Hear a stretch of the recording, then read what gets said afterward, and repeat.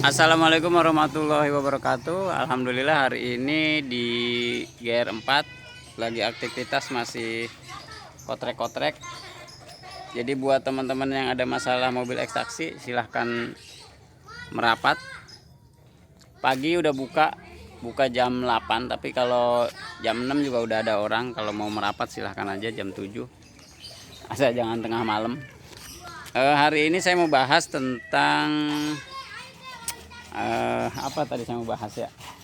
Oh iya, jadi kadang-kadang kita yang orang awam, kalau mekanik diketawain tapi nggak apa-apa. Kita orang awam pengen tahu sebenarnya radiator itu mampet apa enggak gitu. Jadi kadang overhead panas atau apa, kita suka penasaran sebenarnya radiatornya rusak apa enggak. Nah, jadi hari ini saya mau kasih tahu, tapi nggak usah dinyalain ya, radiatornya tuh rusak apa enggak. Jadi teman-teman yang punya mobil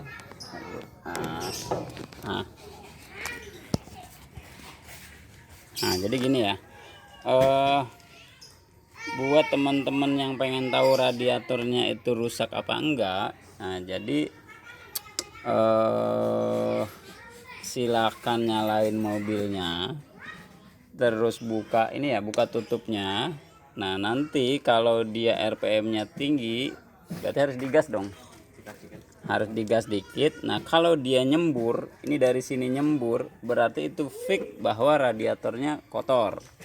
Nah, jadi buat teman-teman yang sepele tapi nggak semua orang tahu, ini sepele tapi nggak semua orang tahu. Jadi itu kalau misalnya dinyalain terus digas dikit ini nyembur keluar, nah itu berarti masalahnya ada di radiatornya kotor. Nah, silahkan datang ke tukang radiator dirojok.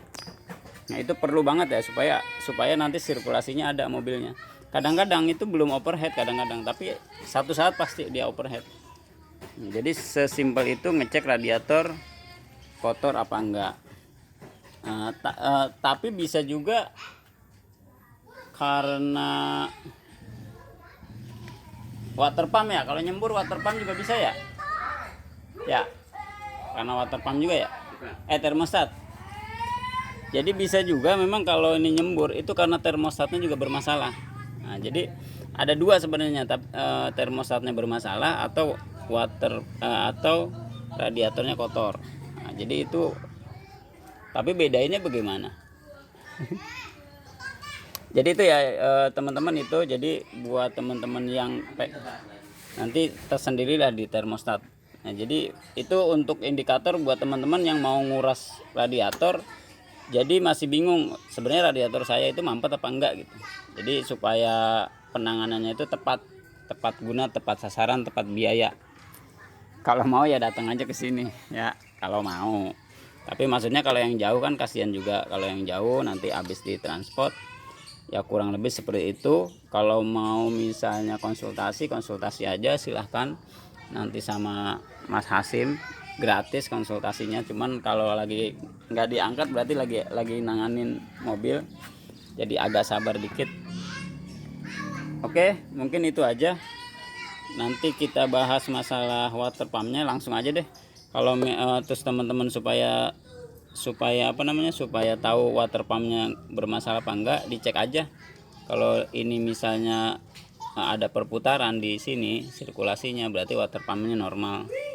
Kalau di air ini ya, kalau di air misalnya ininya nggak diem gitu, misalnya digas diem, berarti water pumpnya bermasalah.